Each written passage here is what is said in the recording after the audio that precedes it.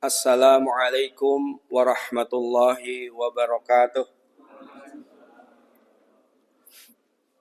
Innal hamdalillah nahmaduhu wa nasta'inuhu wa nastaghfiruh wa na'udzu billahi min sururi anfusina wa min sayyiati a'malina. May yahdihillahu fala mudilla lahu wa may yudlil fala hadiyalah. Asyhadu an la ilaha illallah wahdahu la syarikalah wa asyhadu anna Muhammadan abduhu wa rasuluhu la nabiyya wa la rasula ba'dah. Allahumma shalli wa sallim ala sayyidina Muhammadin wa ala alihi wa sahbihi wa man tabi'ahum bi ihsanin ila yaumil qiyamah. Qala Allah ta'ala fil Qur'anil Karim, a'udzu billahi minasyaitonir rajim. Ya ayyuhalladzina amanu taqullaha haqqa tuqatih wa la tamutunna illa wa antum muslimun. Ya ayyuhan nasu taqu rabbakumul ladzi khalaqakum min nafsin wahidah wa khalaqa minha zawjaha wa batha minhuma rijalan katsiran wa nisaa wa taqullaha alladzi tasaaluna bihi wal arham innallaha kana 'alaikum raqiba. Ya ayyuhalladzina amanu taqullaha wa qulu qawlan sadida yuslih lakum a'malakum wa yaghfir lakum dunubakum wa may yuti'illah wa rasulahu faqad faza fawzan adzima. Amma ba'du fa inna asdaqal hadithi kitabullah wa khairu hadi hadi Muhammadin sallallahu alaihi wasallam wa sarral umuri muhdatsatuha wa kullu muhdatsatin bid'ah wa kullu bid'atin dhalalah wa kullu dhalalatin finnar.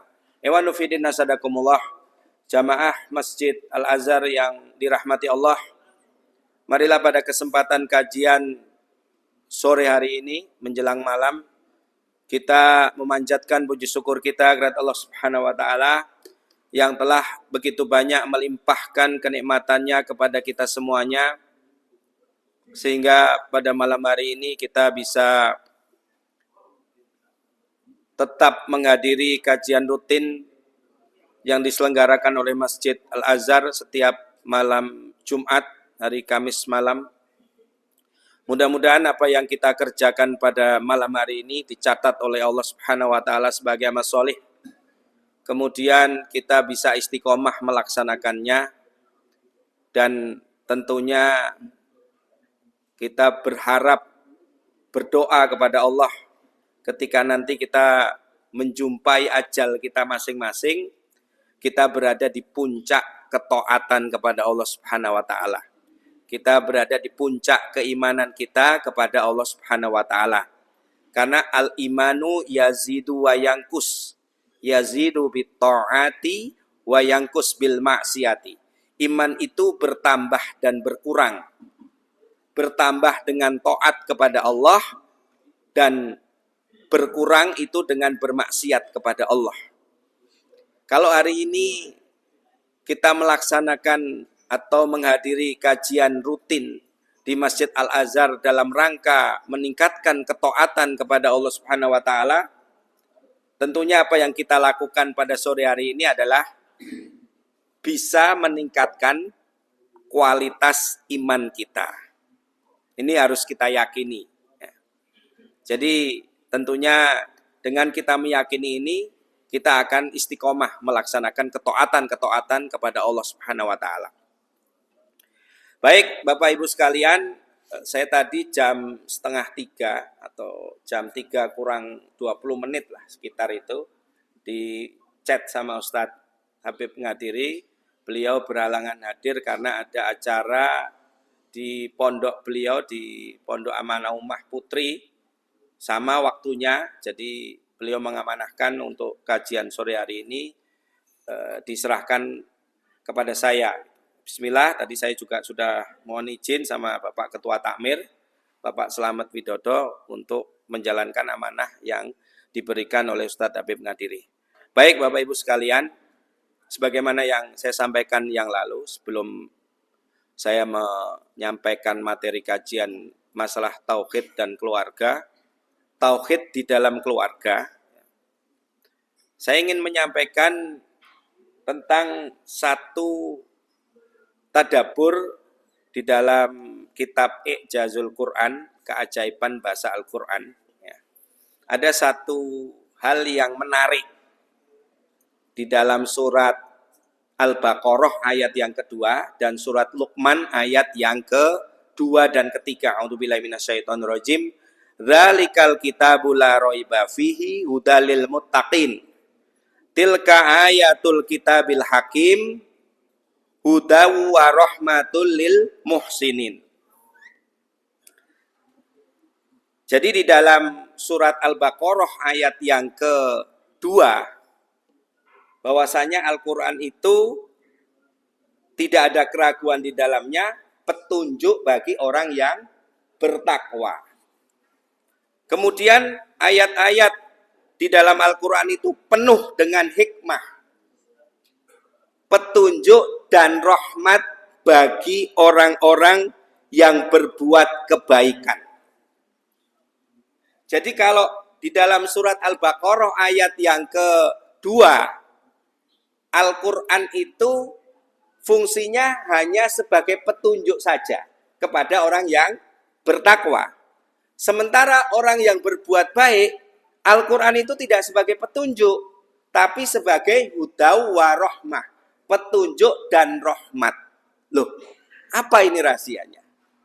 Kenapa kok bagi orang yang bertakwa itu Quran itu hanya sebagai petunjuk?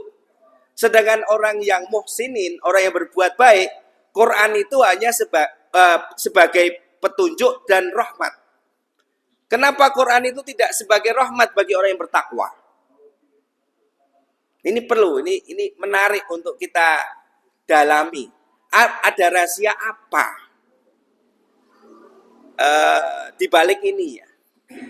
Saya akhirnya ingat akan nasihatnya Gus Bahak gitu ya. Jadi Gus Bahak di dalam satu kajiannya itu beliau menyampaikan,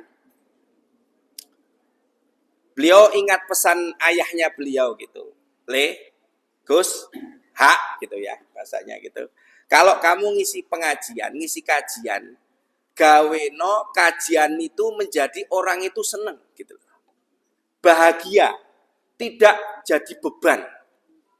Pengajian kok jadi beban, padahal pengajian itu baik. Orang datang duduk pengajian, minum teh sama makan snack itu baik. Ngrungokke pengajian, minum teh sama makan snack. Padahal di lain tempat itu minum teh sama makan snack itu ngerasani. Iya enggak? Nek jagongan di tempat lain, enggak di sini loh ya. Minum teh atau es teh sama makan snack itu karo ngerasani. Nek di sini minum teh sama makan snack ngrungokke pengajian. Minum teh sama makan snack itu di sini tuh menghindarkan seseorang dari maksiat. Maksiatnya apa? Ngerasani tadi. Itu apik. Jadi kalau kajian itu dibuat orang itu jadi ketakutan, jadi keweden, jadi akhirnya ndak menikmati kajian, maka ini sesuatu hal yang tidak baik. Nah itulah kenapa ketika kepada orang yang bertakwa, Al-Quran itu sebagai huda, sebagai petunjuk. Ketika kita untuk meningkatkan level iman kita sampai takwa, kita itu harus gentur dengan ayat-ayat yang keras. Ya, ayat-ayat ancaman itu kita harus betul-betul kita perhatikan begitu. Ya. Kita jadikan pecut ya. Motivasi untuk diri kita sendiri. Jadi ayat-ayat azab tentang dahsyatnya neraka, ya, tentang Allah itu murka kepada orang-orang yang berbuat maksiat dan kepada orang-orang kafir, orang-orang musyrik. Ya. Itu untuk diri kita sendiri. Untuk meningkatkan level takwa kita. Maka Quran kepada orang yang bertakwa itu sebagai huda, sebagai petunjuk. Tetapi ketika kita menyampaikan ini kepada orang lain, kita hendak berbuat baik kepada orang lain, maka Quran ini kita sampaikan sebagai rahmat, di samping sebagai huda. Huda juga sebagai rahmat. Jadi rahmatnya Allah itu lebih besar daripada murkanya Allah. Nah ini rahasianya. Jadi ketika Quran ini kita sampaikan kepada diri kita sendiri, kita belajar Quran untuk meningkatkan iman kita sendiri, maka Quran itu kita sebagai hudan. Kita cari petunjuk dari Quran. Baik itu azab yang dahsyat, dahsyatnya neraka, maupun tentang masalah-masalah yang berat di dalam urusan syariat Islam. Tetapi ketika kita menyampaikan Al-Quran, maka di samping Al-Quran itu berfungsi sebagai petunjuk, maka kita juga sampaikan sebagai rahmatun lil alamin. Itu rahasianya, bedanya, bahwasanya di dalam surat Al-Baqarah, dzalikal kitabul la raiba fihi hudalil muttaqin, tilka ayatul kitabil hakim, hudaw wa rahmatul lil muhsinin. Ini rahasianya di situ. Demikian, ini sedikit tentang I'jazul Quran, keajaiban bahasa Al-Quran, di mana perbedaan Al-Quran itu untuk orang-orang yang bertakwa itu sebagai hudan, kemudian kepada orang-orang yang berbuat baik, Quran itu berfungsi di samping sebagai hudan, sebagai rahmat. Baik, pada malam hari ini berkaitan dengan masalah tauhid, kami akan menyampaikan di dalam surat, biasanya kalau kita malam Jumat itu disunahkan membaca surat Al-Kahfi, maka di dalam surat Al-Kahfi ayat yang ke-110, ayat yang terakhir, Allah berfirman, a'udzubillahi minasyaitonirrajim, qul innama ana basyarum mithlukum yuha ilayya annama ilahukum ilahu wahid faman kana yarju liqa'a rabbih falyamal amalan sholiha wala yusyrik biibadati rabbih ahada. Katakanlah, sesungguhnya aku ini hanyalah seorang manusia biasa seperti kalian, yang diwahyukan kepadaku bahwasannya Rabb kalian itu adalah Tuhan yang Maha Esa. Tuhan kalian itu adalah Tuhan yang Maha Esa. Barang siapa yang berharap, famangkana yarju, barang siapa yang berharap liqa'a rabbih, berjumpa dengan Rabbnya, dengan Tuhannya, falyakmal amalan sholiha, maka dia hendaklah beramal sholih, wala yusrik biibadati rabbih ahada, dan dia tidak menyekutukan Allah di dalam peribadatan kepadanya. Dari sini sebenarnya mudah difahami kalau syirik itu bukan seorang yang menyembah berhala, bukan. Ya. Syirik itu bukan orang yang percaya kepada dukun tok, bukan.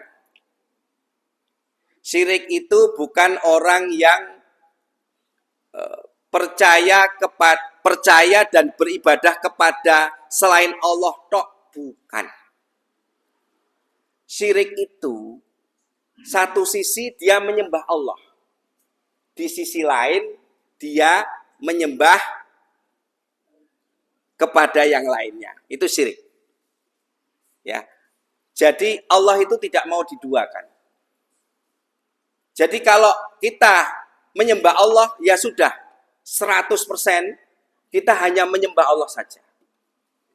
Itu namanya tauhid. Dalilnya di mana? Dalilnya di dalam surat Al-An'am ayat yang ke-82.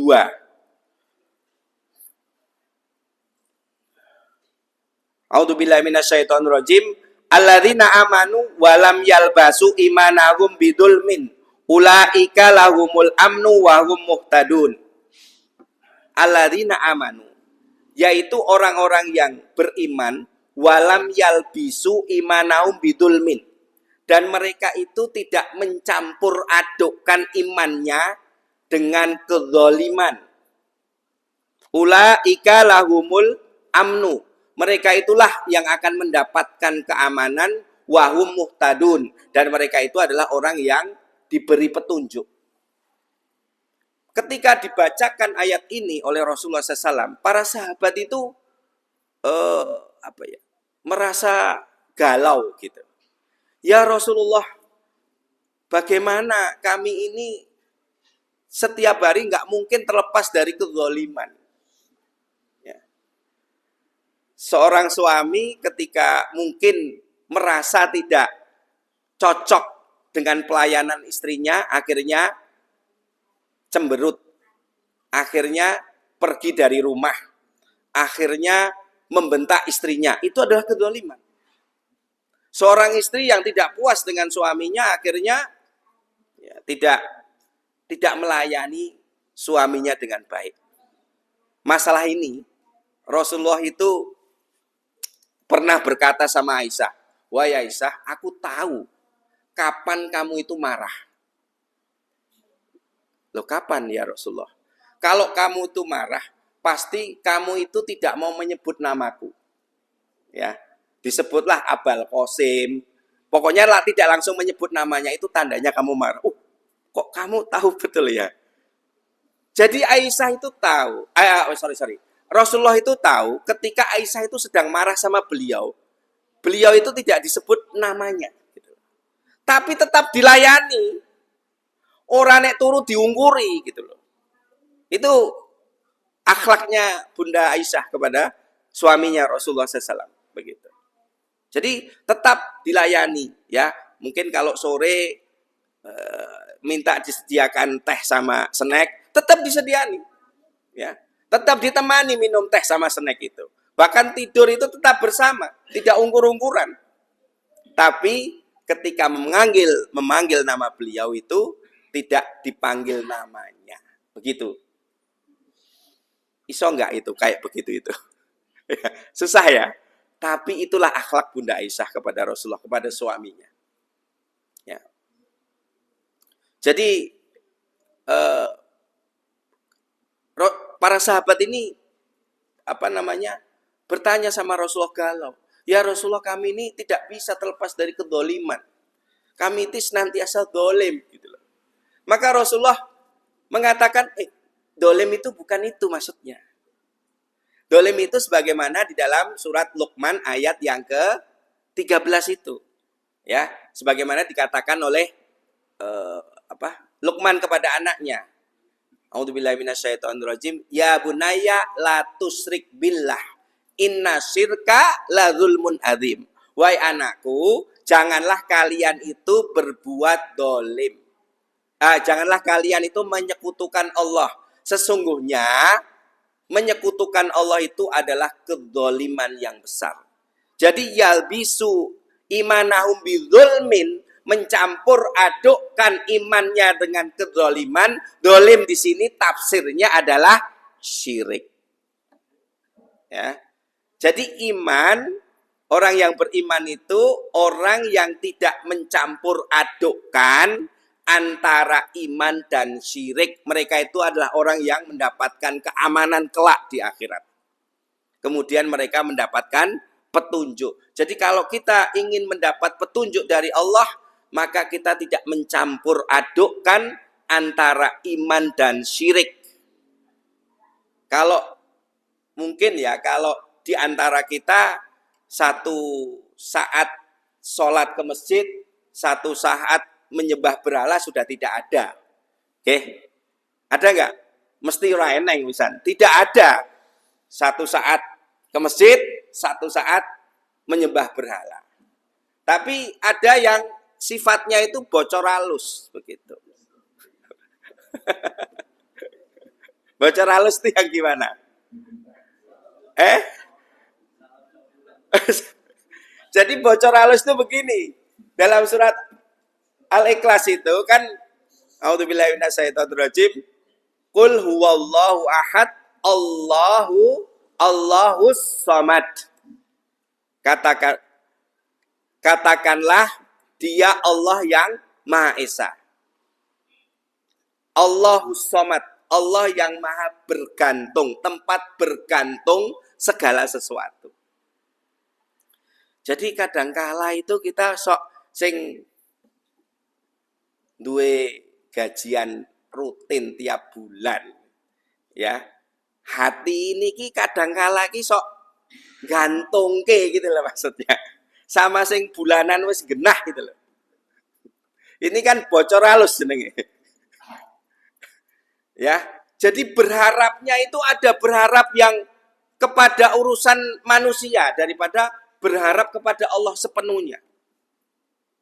Memang itu sudah semacam kayak rutinitas ya. Nek tanggal siji kuwi untuk gaji kuwi mesti gajine semene kuwi mesti itu jelas rutinitas. Tapi hati ini harus kita patok, itu harus datangnya dari Allah. Kalau Allah nggak mengendaki itu nggak terjadi. Walaupun itu sudah rutin, sudah dianggarkan, sudah dipatok begitu loh. Dan itu sudah berjalan bertahun-tahun. Ya mesti semono kuwi. Nek engko tanggal 1 aku entuk 5 yuta kuwi mesti kuwi. Berarti 5 yuta kuwi engko bayar listrik 500.000, bayar kontrakan 750.000, sisane dienggo bojo 3 yuta ya toh mamane. Yang lainnya untuk bensin gitu. Wih, iki wis dipatok gitu loh. Tapi Allah itu memberikan ketetapan kepada kita itu mungkin untuk menguji kita pada saat yang sudah kita patok di sini itu tidak terjadi.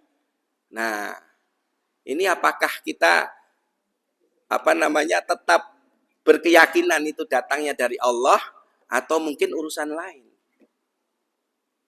Sehingga ini yang saya katakan tadi, bocor halus. Harusnya kita bergantung full sama Allah. Bergantung penuh sama Allah. Enggak sama yang lainnya. Kita berharap full sama Allah. Tidak berharap sama yang lainnya. Karena memang Allah itu tempat berharap. Kalau yang manusia, maksudnya makhluk itu, tidak bisa diharapkan 100%. Yo iso kadang ora. Wong mereka untuk urusan mereka sendiri aja ora iso mandiri ya toh. Begitu. Jadi ada sebuah cerita berkaitan dengan masalah orang yang imannya kempling ini. Satu saat Rasulullah itu berkumpul dengan para sahabatnya seperti ini. Kemudian Rasulullah bersabda, "Maukah aku tunjukkan kepada kalian seorang yang ahli surga?" Mau ya Rasulullah, lihatlah orang yang nanti akan datang, uluk salam, masuk, kemudian masuk ke majelis kita ini. Akhirnya ada seorang yang datang, uluk salam, kemudian masuk, duduk di majelis itu. Besoknya lagi Rasulullah majelis lagi. Disampaikan sama Rasulullah seperti kemarin, maukah aku tunjukkan kepada kalian seorang ahli surga? Mau ya Rasulullah. Lihat loh yang mau datang itu. Ya, itu orang yang mau datang itu dia yang itu ahli surga. Datanglah orang yang kemarin. Sudah 2 kali. Hari yang ketiga sama. Maukah aku tunjukkan kepada kalian seorang ahli surga? Mau ya Rasulullah. Lihatlah orang yang datang itu. Datang yang kemarin lagi. Akhirnya Abdullah bin Umar bin Khattab itu penasaran. Iki wong ahli surga, meniki itunya apa toh? Kelebihannya opo gitu loh. Akhirnya dia mendatangi orang ini tadi. Jadi dibuntuti, dikuntiti, kemudian sampai ke rumahnya, dia langsung bilang sama orang itu, "Wahai saudara, saya ini baru berantem sama istri. Ada cekcok lah, selisih sama istri. Bolehkah saya bermalam di rumahmu 3 hari saja?" "Oh boleh, silahkan." Akhirnya Abdullah bin Umar itu mengamati orang ini di rumahnya. Bagaimana sholatnya, bagaimana ibadahnya, bagaimana baca Qur'annya, semuanya biasa saja. Tidak ada yang lebih. Bahkan Abdullah bin Umar itu merasa lebih baik. Sholatnya, tahajudnya, baca Qur'annya lebih banyak. Orang ini cuma sedikit baca Qur'annya. Nggak banyak. Ya. Cuman memang agak istimewa itu, orang ini kalau ngelindur itu yang diucapkan Allah. Gitu. Allah gitu ya. Jadi kan kemutan mboten nek ngelindur itu ngucapin apa Pak? Ikan enggak? Karena ngelindur itu bawah sadar. Jadi kalau Allah itu di hati kita itu, sauni-uni di kita itu ya kita ucapkan adalah Allah gitu ya. Ada ustadz itu ketika ngelindur itu bacanya Al-Fatihah full. Jadi dari bismillah sampai waladhdallin full, Masya Allah gitu. Itu ngelindur itu bacanya surat Al-Fatihah. Ini yang bilang anaknya ini. Abi itu kalau ngelindur, pernah itu. Abi ngelindur itu yang dibaca Al-Fatihah. Masya Allah, kepengen banget ya aku. Ngelindur itu bacanya Al-Fatihah, ngelindur itu yang disebut Allah, gitu. Bukan yang lainnya. Maka itu kalau kita sadar begini, kita senantiasa hati kita zikir untuk Allah. Ya, banyak zikrullah.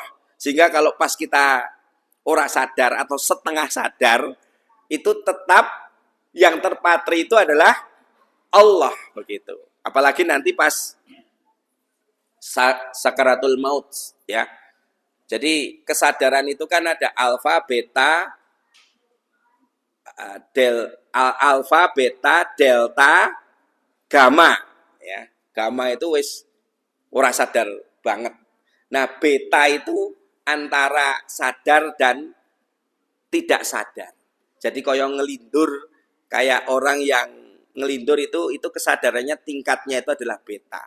Nah, ketika sadarnya itu alfa, maka banyak kita harus zikrullah, menyebut Allah, ingat kepada Allah. Ya. Kalau mau makan, ingat Allah, jadi mengucapkan bismillah. Kalau mau makan, ingat Allah, maka kita ingat yang kita makan ini makanan yang halal atau bukan. Imam Syafi'i itu pernah itu diisin-isin lah bahasanya. Jadi Imam Syafi'i diundang sama Imam Ahmad. Imam Ahmad itu muridnya Imam Syafi'i untuk bermalam.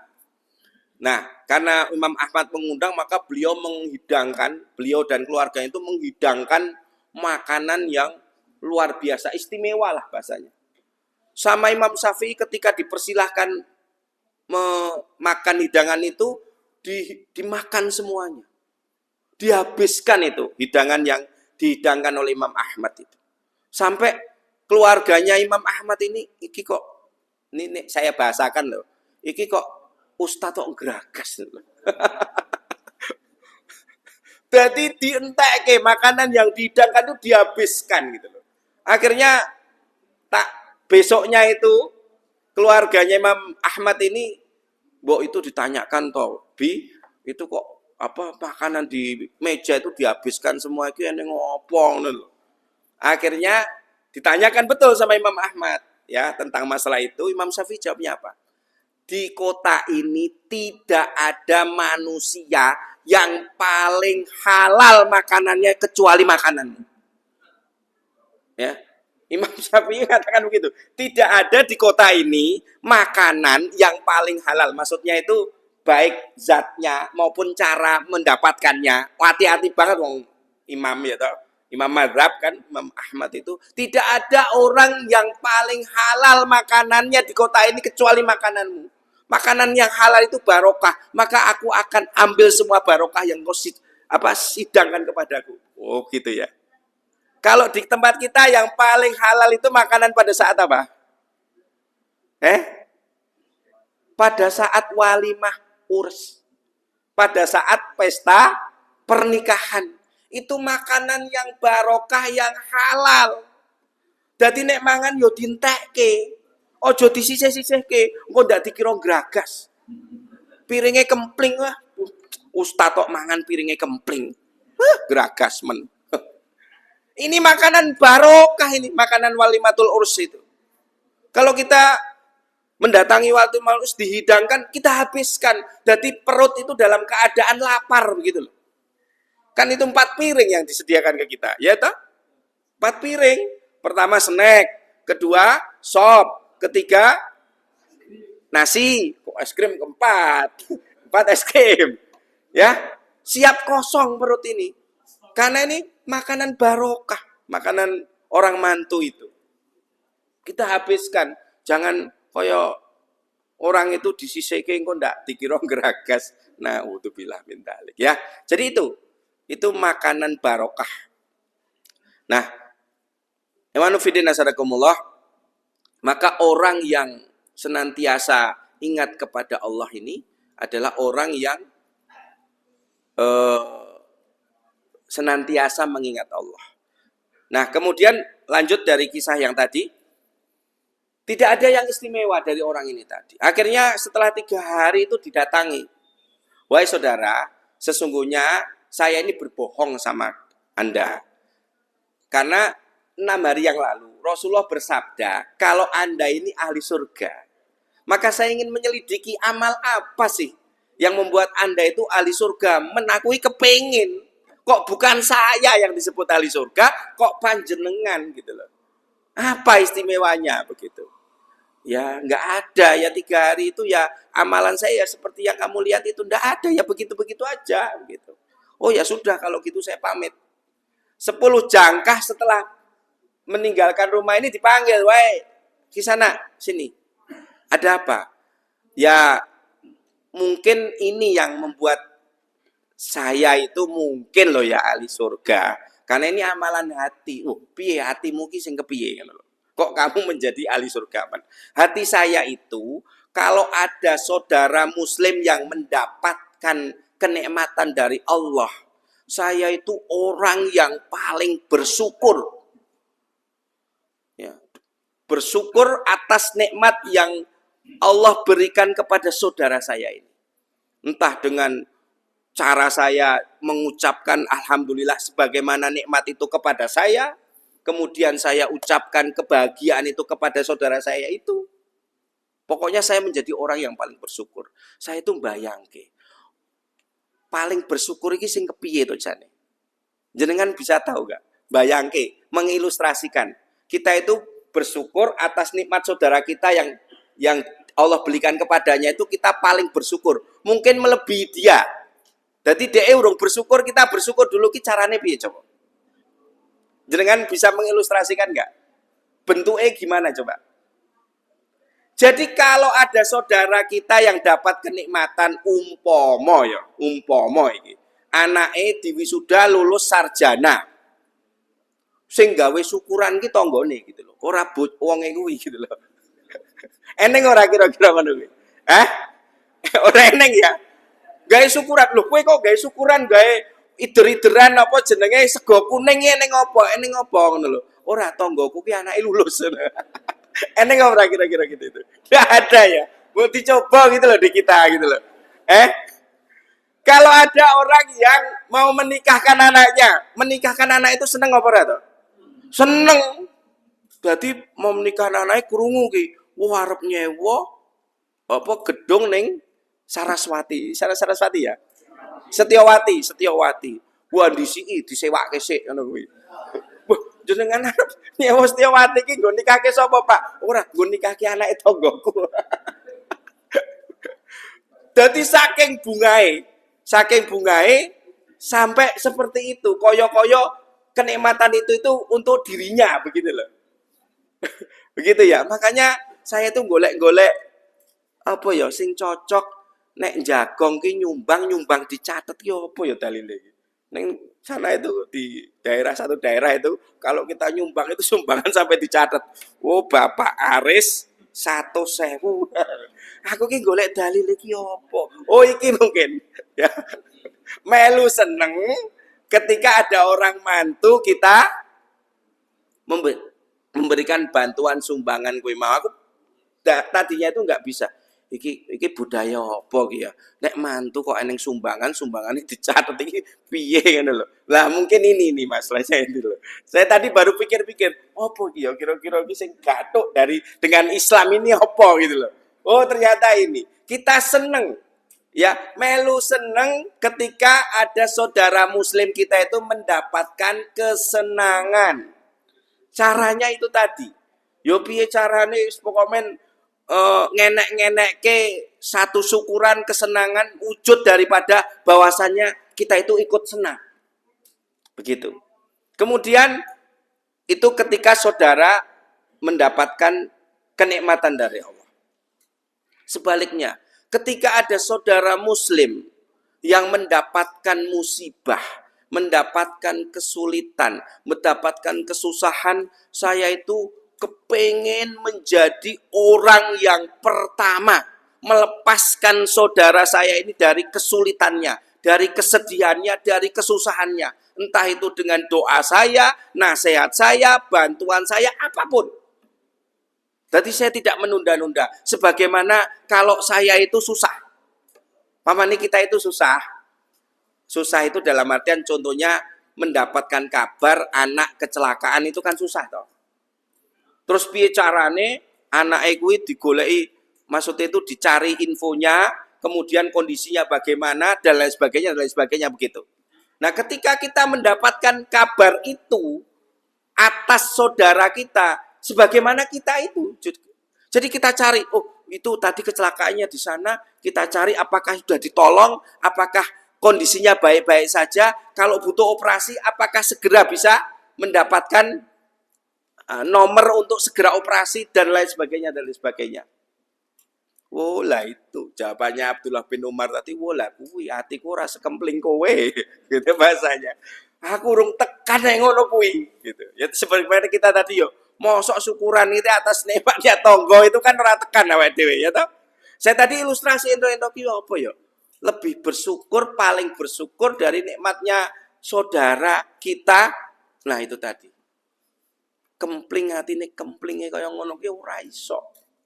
Nah, makanya marilah belajar dari sahabat ini tadi yang memiliki hati yang kempling itu tadi, kita mulai dengan perhatian kepada saudara kita sesama muslim. Apabila mereka mendapatkan kenikmatan dari Allah, kita ikut senang, ikut bahagia, bersyukur kepada Allah atas kenikmatan itu dengan upaya-upaya yang bisa kita lakukan. Sebaliknya ketika saudara kita itu mendapatkan kesulitan, musibah, kesusahan, kita juga berupaya menjadi orang yang pertama membantu saudara kita itu. Karena ini adalah berdasarkan hadis Rasulullah SAW. Dan itu adalah turunan daripada tauhid. Ya, turunan daripada tauhid itu adalah muhsinin. Ya. Jadi kalau kita berbuat baik seperti itu, kita termasuk orang yang muhsinin. Hudaw wa rahmatul lil muhsinin.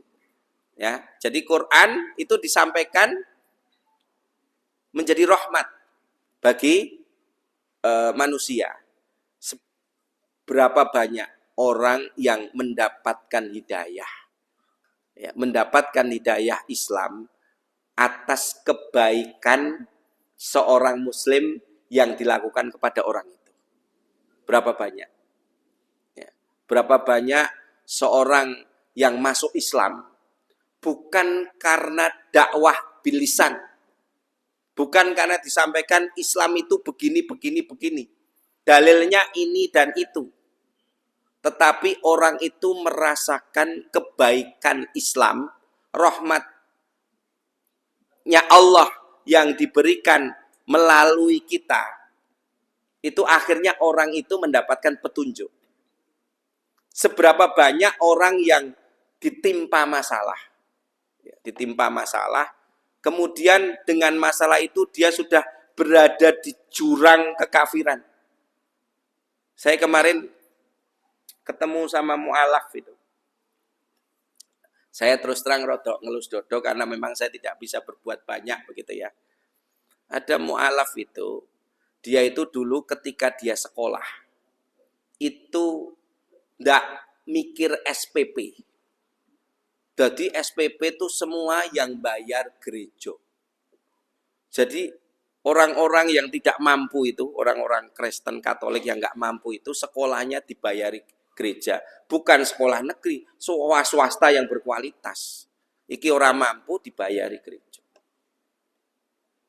Kemudian dia masuk Islam nih.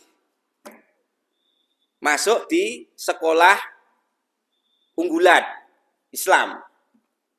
Dia terbentur masalah biaya. Lah iki sapa sing nanggung aku iki? Coba. Jadi orang Kristen masuk Islam, dulu ketika dia sekolah itu yang nanggung gereja. Nah sekarang dia masuk Islam di sekolah unggulan, maksudnya anaknya ya, mohon maaf ini. Anaknya masuk Islam, masuk sekolah unggulan, kemudian telat bayar, bingung mau lari kemana. Apa aku tak lari ke gereja lagi aja ya Pak? Gitu. Naudzubillah min dzalik. Ini ujian bagi panjenengan, Bu. Gitu. Ya, yaitu tadi supaya ora bocor halus tadi, berharapnya sama Allah, bukan sama manusia. Ya, saya sampaikan begitu. Karena memang saya sudah sampaikan kepada lembaga dakwah Islam, mereka juga tidak bisa membantu begitu. Ya sudah, gimana lagi? Kita membantu itu juga tidak bisa terlalu banyak begitu. Ya, untuk membebaskan beban biaya sekolah ini tadi. Nah, kalau kita semuanya mengacu kepada hadis Rasulullah SAW tadi, bahwasanya orang yang kempling atine itu orang yang bagaimana bisa berupaya mengeluarkan saudara muslim itu dari kesusahannya dengan apa saja, dengan upaya apa saja, seakan-akan kesusahan itu adalah kesusahanku. Rasulullah itu sering menanggung utang seorang muslim itu sering ya.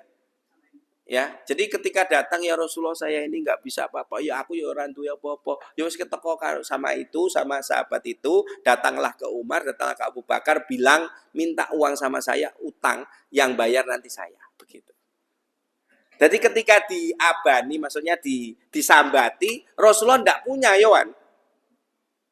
Nah, akhirnya bilanglah sama saya, sama beliau, itu nanti utang sama dia, yang bayar saya. Sampai segitunya, ya. Contoh dari Rasulullah SAW.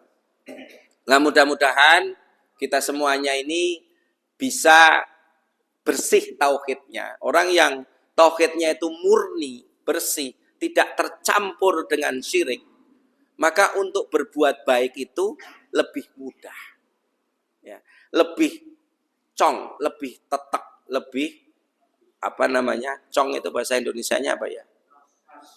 Los itu ya bahasa Jawa, cong itu bahasa Indonesianya apa cong itu? Luwih tekan atine iki mau Jawa meneh. Bahasa Indonesianya cong itu apa? Jadi cong itu loh. Karena memang ya kita ini hadir di dunia ini yang undang Allah. Ya. Kalau kita kelewat kayak begitu itu, ya itu maksudnya mengalami atau menangi saudara yang kesusahan tadi, kemudian mungkin datang ke tempat kita dengan segala macam persoalannya tadi, itu bisa jadi loh ya. Itu adalah ujian bagi kita semuanya. Iki awake dhewe iki atine cong apa ora gitu loh. Atine tekan apa ora. Tapi memang ini perlu diteliti karena ada orang-orang tertentu itu ya gaweane ngono kae mau keliling siji keliling loro bar kono bali rene meneh ya kayak begitu itu gitu, ada ya. Itu perlu hati-hati. Tapi kalau kita menjumpai yang betul-betul memang pada kondisi yang seperti itu, ini ujian, tekan nopora, tekan nggak hati kita itu. Karena itu adalah amal solih yang nanti akan kita unduh, akan kita unduh itu apa? Kita petik nanti di akhirat. Bisa jadi infak yang kita paksakan tadi itu langsung dibayar tunai sama Allah berkali-kali lipat. Pernah nggak ngalami panjenengan? Jadi teko iki duit kari 50.000 gini kantong. Ada orang datang butuh delalah yo 50.000 gitu loh. Duit ning kantong kari 50.000, eneng wong teko delalah butuh yo 50.000. Terus kita kasihkan, begitu kita kasihkan langsung 1 jam kemudian Allah ngasih kita 1 juta. Pernah nggak kejadian seperti itu? Nah, itu kadangkala Allah itu menguji kita dengan saudara kita yang mendapatkan kesulitan, tetapi kita tidak perhatian di situ. Maka ketika kita mendengar hadis Rasulullah SAW terkait masalah itu, supaya hati kita kempling, mari kita berupaya menjadi orang yang muhsinin, maka Al-Quran itu menjadi hudaw wa rahmatul lil muhsinin. Demikian apa yang bisa kami sampaikan, kurang lebihnya mohon maaf. Kita tutup dengan doa kafaratul majlis. Subhanakallahumma rabbana wa bihamdika asyhadu an la ilaha illa anta astaghfiruka wa atubu ilaik. Akhirul kalam. Assalamualaikum warahmatullahi wabarakatuh.